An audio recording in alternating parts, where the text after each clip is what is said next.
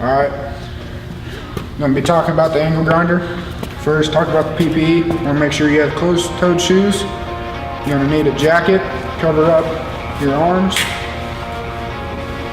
in case you don't have long sleeves. Sparks will fly everywhere. Always have safety glasses on. Next, you're going to have a face shield.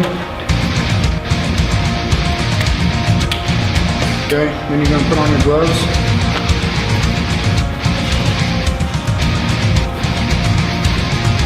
Make sure when you're using your grinder, you always have your metal clamp down and your cords out of the way.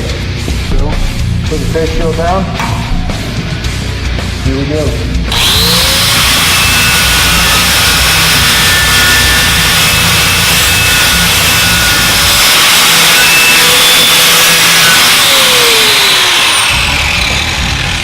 Push your grinder up so it don't twist anything. Be safe.